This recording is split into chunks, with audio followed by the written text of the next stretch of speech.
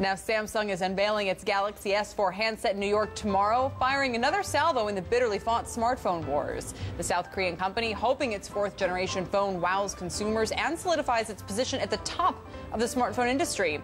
Our next guest says Samsung and Nokia are already stealing a march on Apple in emerging markets. He's Grigoris Kouteris, General Manager at Upstream. Welcome.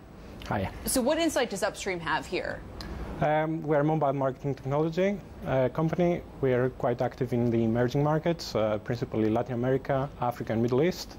And we conducted some very interesting research with YouGov last month, which is very relevant in conjunction with the reveal of the new product from Samsung tomorrow. And not potentially very good news for Apple. What did you find?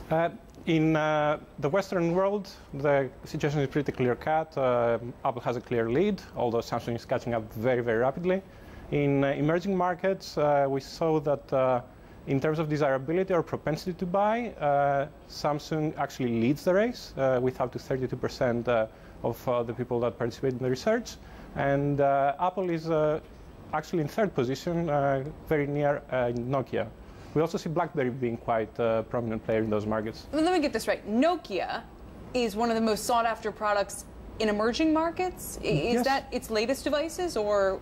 It's a combination of both. They have a specific platform called Asha, which is more of a feature phone wanting to be a smartphone, which they're marketing very aggressively, especially in sub-Saharan Africa. And that's, especially Nigeria, one of the biggest sellers. Does that surprise you, Charlie? The desirability really surprised me. I mean, I just wonder if part of it is, a technology analyst told me once, the thing about emerging markets are when they get a device, they're trying to find the most useful device for business and for things like that, maybe rather than just for leisure. Is that why people like BlackBerry are doing well? I think you're spot on, because what we discovered was that whereas in Western markets, it's all about brand, and Apple definitely has that game.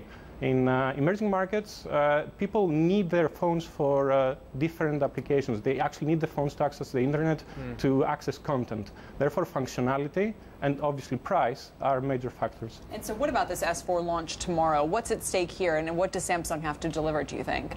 I think as far as the Western world is concerned, Samsung are doing a very good job catching up to Apple.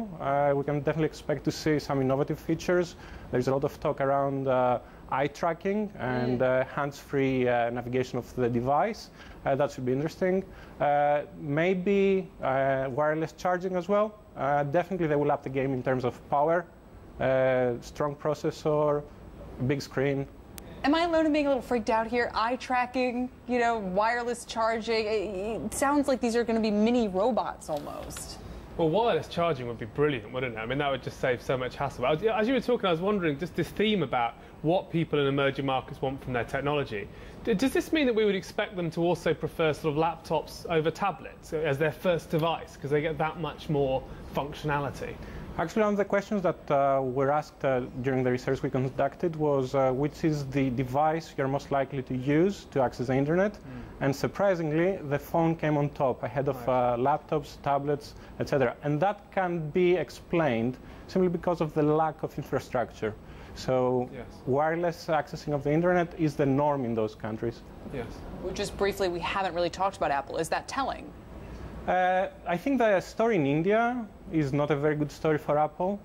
They were late to address the specific needs of that market. I think they're playing catch up there. Again, China, the same. It depends how they address those markets and what they do with their next launch. There is a lot of talk about an iPhone mini. Will that come? Well, it sounds like the handset makers have to be much more differential and much more tailored to markets in order to win the next leg of this mobile war, if you want to call it. Yes, and the funny thing is that in the emerging markets, it's not just the handset manufacturers who are driving the game. To a very large degree, the mobile network operators control the infrastructure there, and whereas in Western Europe and in the States, Apple has been very good at shutting them out, dumb pipe, right? Well, and Apple had forced AT&T's hand when it initially came out with the iPhone. And now, as you say, the bargaining power goes the other way. Exactly. They control the billing, they control the marketing in those markets. So there is not much they can do without the mobile network operators.